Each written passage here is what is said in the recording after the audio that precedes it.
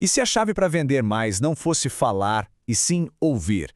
E se, em vez de tentar convencer, a gente apenas conduzisse a pessoa a uma conclusão? Hoje, a gente vai desvendar uma técnica de vendas que tem tipo uns 2.400 anos. Ela foi criada por um filósofo que, olha que curioso, nunca vendeu nada na vida, mas que pode simplesmente virar o jogo da negociação. Essa pergunta, logo de cara, já abala as estruturas da venda tradicional. É que a maioria de nós cresce achando que vender é persuadir, é ter os melhores argumentos, aquela lábia, sabe? Mas a venda socrática, ela propõe o exato oposto. O silêncio estratégico e a pergunta certa são muito mais poderosos que qualquer discurso de vendas. Vamos entender como isso funciona. Bem, vamos ao primeiro ato.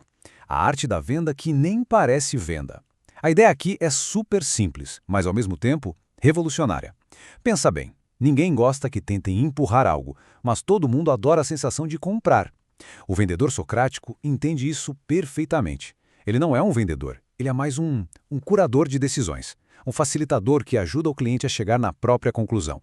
A diferença é gritante, é tipo da água pro vinho. O vendedor comum tenta encaixar o cliente na solução dele, quase à força. Já o vendedor socrático, por outro lado, ele te entrega uma lanterna para que o próprio cliente organize seu mundo. E quando o caos da pessoa se organiza, a compra vira o único caminho lógico, é uma consequência natural. E o conceito filosófico por trás disso tudo tem um nome: maiútica. Sócrates se via como um parteiro de ideias. Que baita analogia, né? Em vendas, o papel é exatamente o mesmo: ajudar o cliente a parir uma necessidade que já estava ali, latente, só esperando para nascer. A gente não cria necessidade, a gente ajuda ela a vir ao mundo. Agora a gente entra de vez no primeiro ato dessa jornada, o cenário do caos. Tente imaginar a mente do cliente. Não é uma página em branco, de jeito nenhum. É um emaranhado de preocupações, de ideias pela metade e um desconforto que está ali, mas a pessoa não sabe apontar o que é. É aqui que tudo começa, na ignorância compartilhada. E aqui está a genialidade do Sócrates aplicada às vendas. O primeiro passo não é chegar mostrando que sabe tudo. É admitir, junto com o cliente, que ninguém ali tem a resposta final ainda. Essa humildade desarma qualquer um. O vendedor não chega com um mapa pronto, ele chega com uma bússola e a disposição de explorar junto o território desconhecido que é o problema do cliente. Olha só que diferença brutal. A primeira pergunta, quer aumentar as vendas, é superficial. Você pesca respostas óbvias. Agora a segunda, o que no seu processo te tira o sono à noite? Uau! É como mergulhar em águas profundas com um holofote. A gente para de buscar o sim fácil e começa a buscar a verdade, a dor real. Agora, o segundo ato, as perguntas que desconstroem. Aqui a coisa fica muito interessante. A gente usa a chamada ironia socrática. E calma, não é para ser sarcástico, não. A ideia é, com elegância, ajudar o cliente a perceber as rachaduras nas próprias certezas que ele tinha. O objetivo aqui nunca é uma batalha de ego, sabe? Não é para provar que alguém está errado. Pensa mais como uma escavação arqueológica feita em dupla. Cada pergunta é uma ferramenta delicada que remove uma camada de poeira, revelando o que está por baixo, a causa raiz do problema, a verdade que estava soterrada. Que pergunta poderosa, né?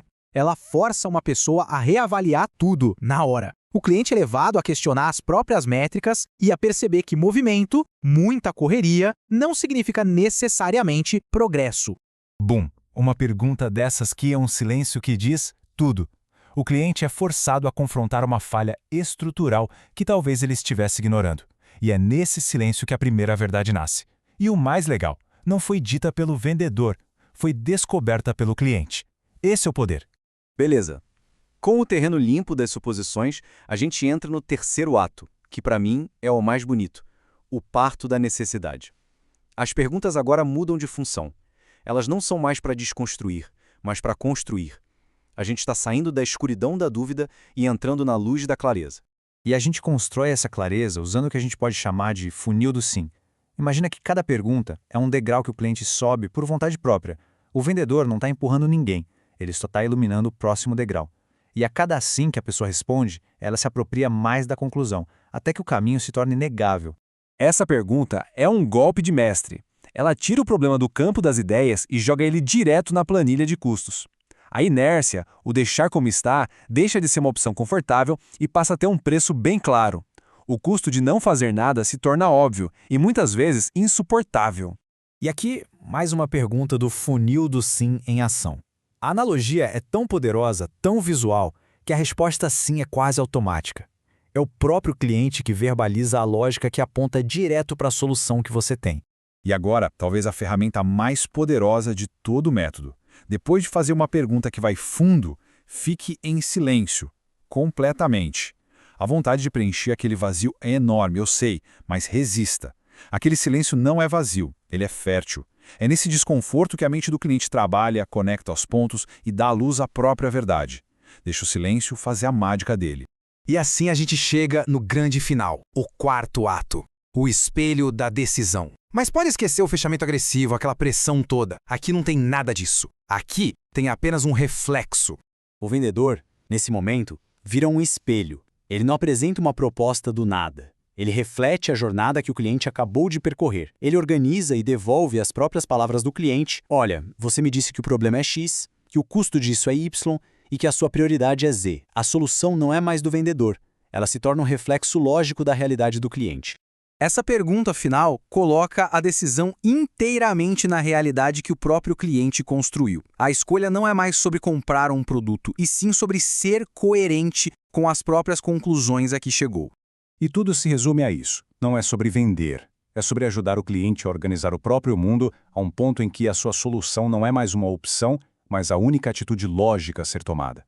É uma mudança de paradigma mesmo. Sair da persuasão e ir para a iluminação.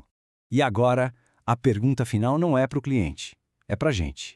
Se essa forma de perguntar pode revolucionar uma negociação, imagina só, que verdades escondidas ela poderia revelar num diálogo difícil com alguém que a gente ama. Ou numa decisão de carreira que está paralisando a gente. Ou quem sabe no diálogo mais importante de todos, aquele que a gente tem com a gente mesmo. O método socrático é muito mais que uma técnica de vendas, é uma ferramenta para a vida. Se essa nossa exploração sobre o método socrático acendeu alguma luz por aí, compartilha com a gente aqui nos comentários qual foi a sua maior revelação, qual pergunta mais te impactou. Se inscreve no canal para mais mergulhos filosóficos como este e compartilha com aquela pessoa que precisa parar de empurrar e começar a guiar. A gente se vê na próxima.